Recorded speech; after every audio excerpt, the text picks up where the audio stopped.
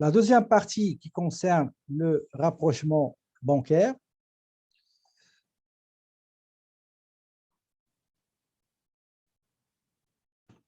c'est la compagnie Auto pour tous. On voit à droite le grand livre dans la compagnie, de l'entreprise, et on voit à gauche le relevé bancaire. Donc, nous avons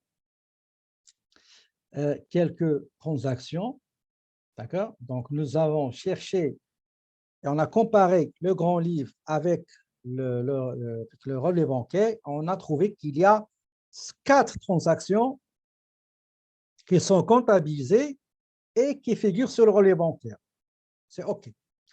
Maintenant, deuxième question. Les transactions en circulation. Il y a 5 chèques en circulation qu'on a remis à des bénéficiaires qui ne sont pas encore décaissés.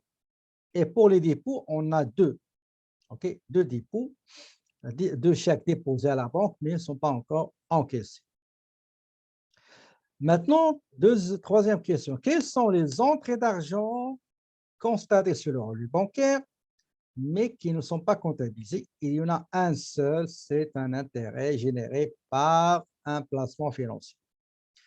Quatrième question, quelles sont les sorties d'argent, les décaissements qui figurent sur le relevé bancaire et qu'on n'a pas comptabilisé? Eh bien, il s'agit de 7 transactions. D'accord? Il y a un loyer, frais commission bancaire, achat ordinateur, entretien des portes, retrait des propriétaires et enfin intérêt sur un emprunt hypothécaire. OK?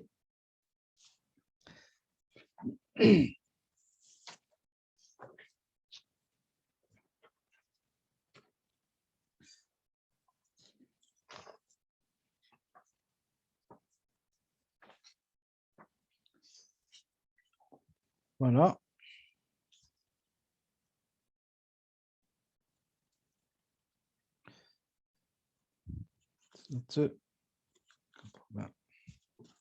Donc, on va commencer par le remplissage du rapport. Donc, on commence par celui-là. Ce sera pas lent. Donc, j'ai affichage normal.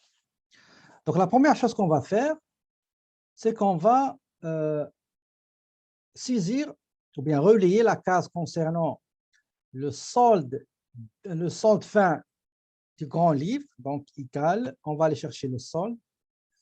On va le chercher ici. Le solde, c'est 8000. Non, c'est pas 8000, c'est 36 086.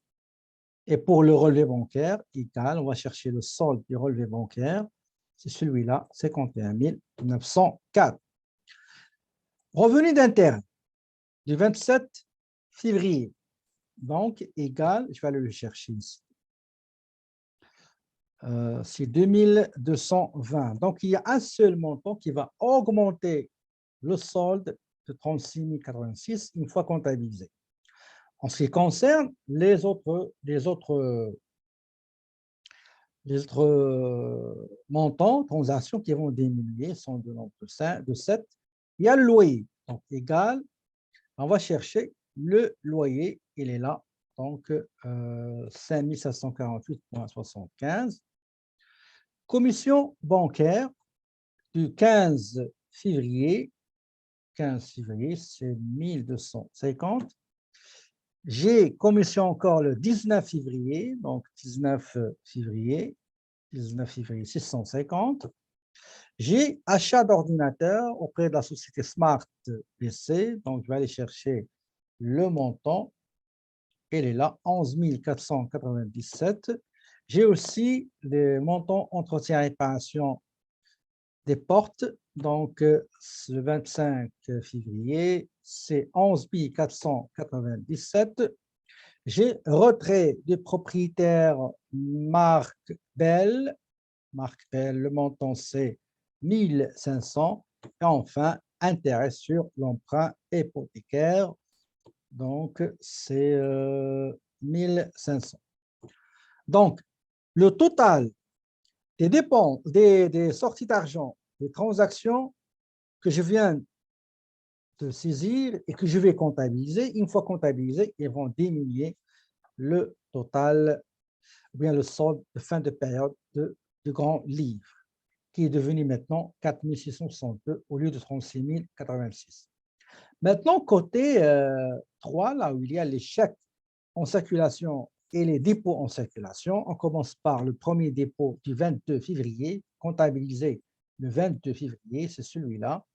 Donc, chèque du client Jack qui a été déposé et un autre chèque déposé du client Smart Kids, c'est 10 000. Voilà, donc j'ai deux dépôts en circulation qui totalisent un montant de 20 000 dollars. OK? Maintenant, pour les chèques en circulation. Les chèques en circulation, le premier mobilier pro, on va le chercher, c'est celui-là. Chèque numéro 6, PUP Pro, du 21 février. 21 février, c'est celui-là. Et on a le montant du chèque numéro 8 envoyé à Revenu Québec le 22 février. Donc, Revenu Québec, c'est celui-là.